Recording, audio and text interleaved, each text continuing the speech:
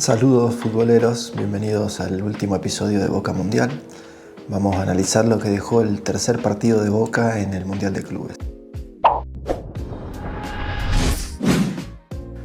El equipo de Russo llegaba a este encuentro sabiendo que tenía alguna posibilidad matemática todavía de clasificar a la fase de eliminación directa o a los octavos de final de este Mundial de Clubes en caso de vencer al Auckland City, que era el rival más débil del grupo, que había recibido 16 goles en los dos primeros partidos. En caso de convertirle por lo menos 6 goles y esperar una mano de los alemanes que vencieran a los portugueses en la otra cancha. En este encuentro el equipo titular fue Marchesín en el arco, Advíncula, Di Lolo, Pellegrino haciendo su debut en cuenta de Ayrton Costa, y Lautaro Blanco en defensa. En la mitad de la cancha jugó Bataglia como único 5. Por delante suyo se ubicaron Ceballos teniendo su primer partido como titular en la competencia, Palacios y Velasco. En realidad Velasco más por dentro y Palacios iniciaba más por fuera, aunque también se cerraba y quedaban como dos internos. Y adelante dos puntas con Merentiel y Cavani, que también tenía sus primeros minutos en el Mundial, ya que hasta este partido no había podido ni siquiera ir al banco de suplentes. En el primer tiempo se dio un poco el partido que se esperaba, es decir, el equipo neozelandés bastante replegado atrás con todos sus jugadores, sabiendo o siendo conscientes de la diferencia de jerarquía que tenía con sus rivales, y tal como había hecho en los primeros dos partidos, en los que aún así no había podido evitar recibir muchos goles. Boca se repetía en centros, era obviamente el que tenía siempre la pelota, pero como digo, intentaba siempre de la misma forma, que era centros desde las bandas hacia los dos delanteros, lo que hacía más sencilla la tarea para el equipo que se había plantado para defenderse, ya que tenía muchos más jugadores esperando esos centros que los que llegaban de Boca para tratar de conectarlos. Y sobre todo el hecho de que fuera tan repetido en este camino hizo que los minutos fueran transcurriendo sin que Boca pudiera encontrar el primer gol que le diera cierta tranquilidad, la de ya ir ganando, aunque obviamente sabía que el objetivo todavía quedaba muchos goles más adelante. El que sí empezaba ganando y se lo hacían saber a los jugadores e hinchas de Boca en el estadio a través de las pantallas, fue Benfica, que antes de los 10 minutos ya ganaba su partido y hacía sentir muy lejana la posibilidad de clasificación.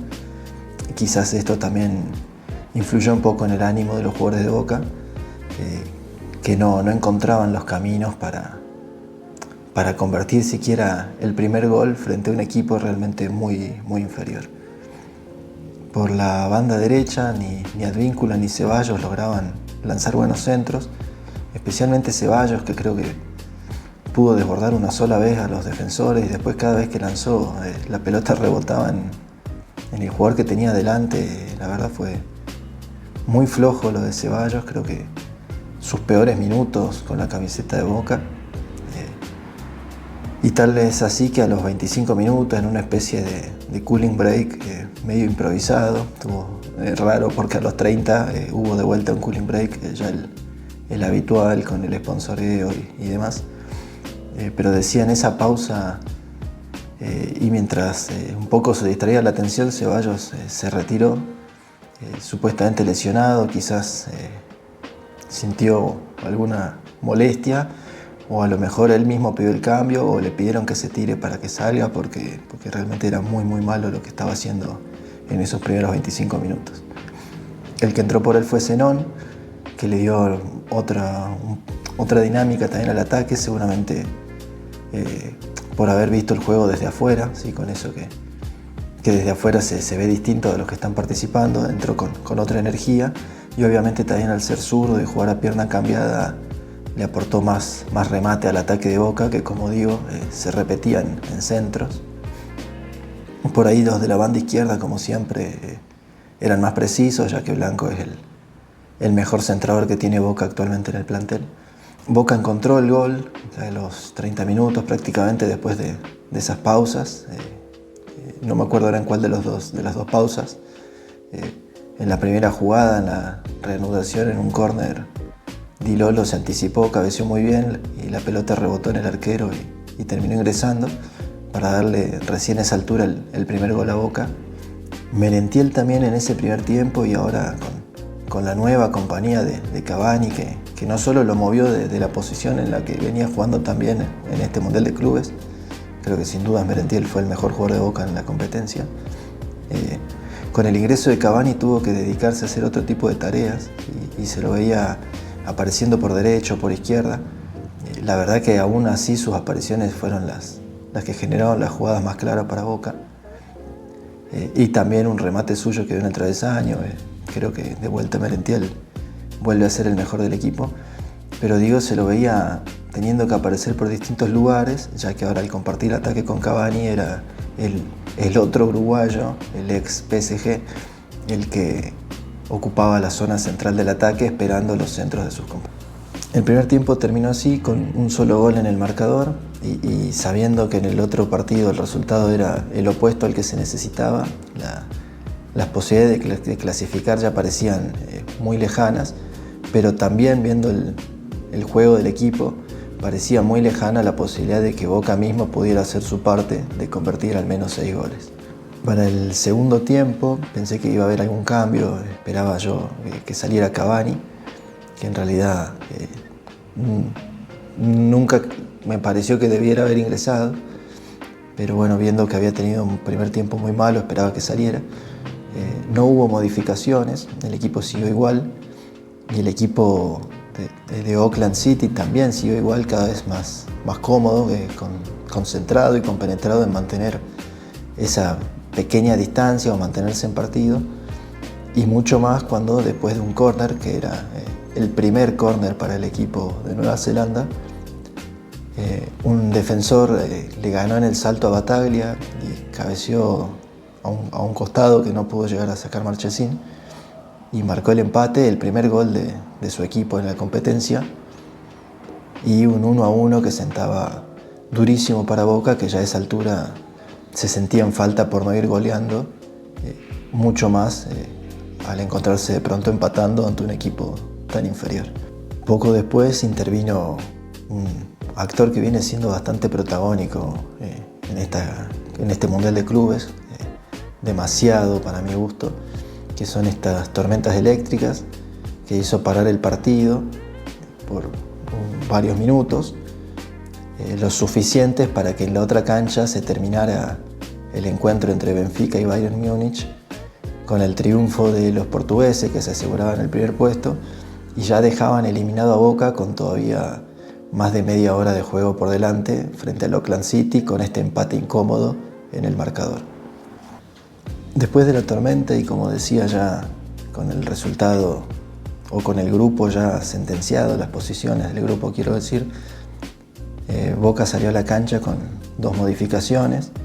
Ahora sí salió Cavani e ingresó Milton Jiménez, de pobre mundial, y salió también Alan Velasco. El que ingresó en su lugar fue Braida.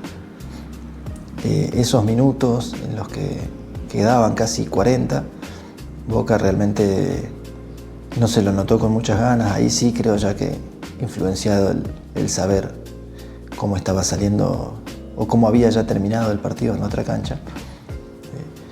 Siguió siendo obviamente superior, obviamente dominante en el juego y en las situaciones de peligro. Incluso consiguió un gol, Merentiel una vez más, que fue anulado por una mano de Zenón en la jugada previa. Pero como decía, se repitió de nuevo en centros, en remates sin fuerza o sin posibilidades de concretarse, siempre de los mismos jugadores, de Zenón, Palacios, Advíncula, más de zurda que de derecha, como ya sabemos. Y no mucho más, como digo, sin ideas. Si ya no las tenía en el primer tiempo, mucho menos cuando ya se había eliminado. Y así fue que no pudo evitar el papelón de no poder ganarle, ni siquiera sacarle un triunfo al Auckland City.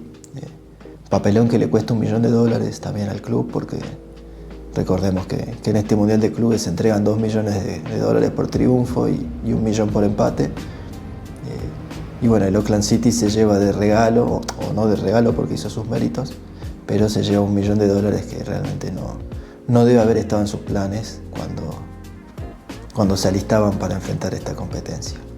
Haciendo un balance un poco de lo que fue ya el paso de Boca por este Mundial de Clubes, creo que me había adelantado a decir en el video anterior que Boca había cumplido el objetivo de no hacer un papelón, y este último resultado pone por lo menos en duda ese concepto. Creo que por lo menos en este tercer partido sí hace un papelón, como había hecho quizás dignos, como había tenido dignas presentaciones en las primeras fechas, porque tampoco fue mucho más que eso. Quizás no sea un papelón todo el Mundial, pero queda ese sabor amargo porque encima este fue el último partido y la última imagen que deje el equipo. Preocupante también de cara al regreso al contexto local, en el que va a tener que enfrentarse muchas más veces a equipos inferiores que a equipos de la talla de los europeos que le tocaron en el grupo, por lo que esos planteos súper defensivos quizás no tenga tanta oportunidad de ponerlos en práctica, y lo que sí debe hacer es encontrar la forma de abrir defensas como no pudo frente a un equipo amateur.